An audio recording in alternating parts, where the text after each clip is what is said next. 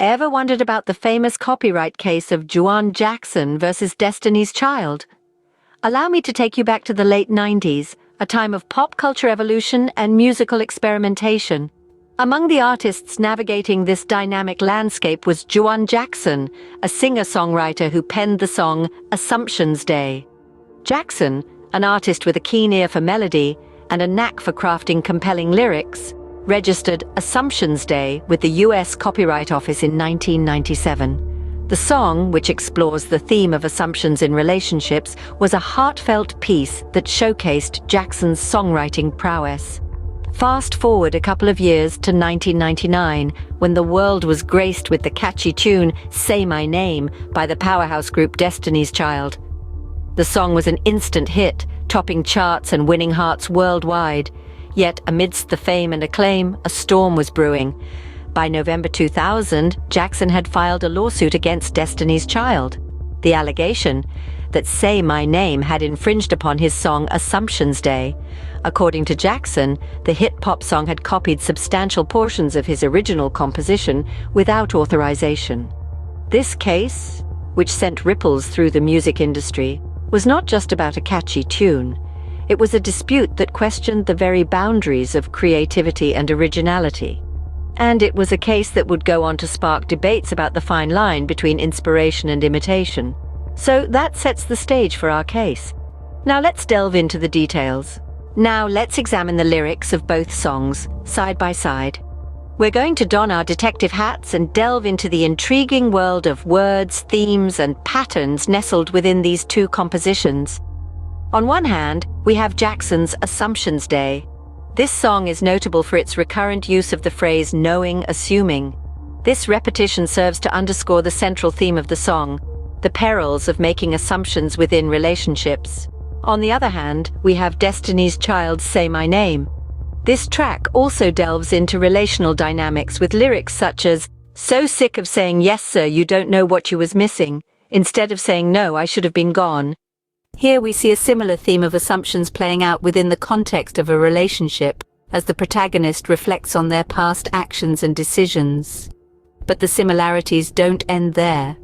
Both songs also employ direct questioning and commands in their lyrics.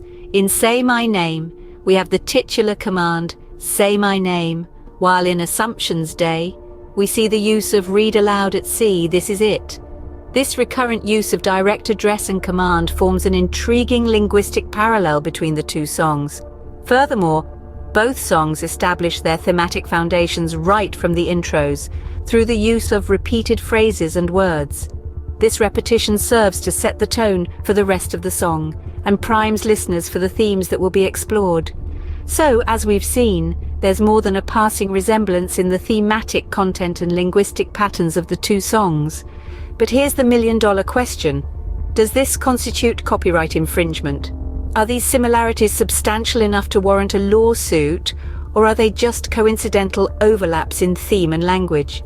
As we can see, there are considerable similarities in thematic content and linguistic patterns, but does this constitute copyright infringement? Let's dig deeper and explore other similarities and differences between the two songs. Beyond the overarching theme of assumptions in relationships, there are striking parallels and contrasts in the lyrics of Assumptions Day and Say My Name. An interesting similarity is the use of repetition in both songs. In Assumptions Day, Jackson repeats the line "knowing, assuming," creating a rhythmic pattern that underlines his theme. Similarly, Say My Name uses repetition to hammer home its message.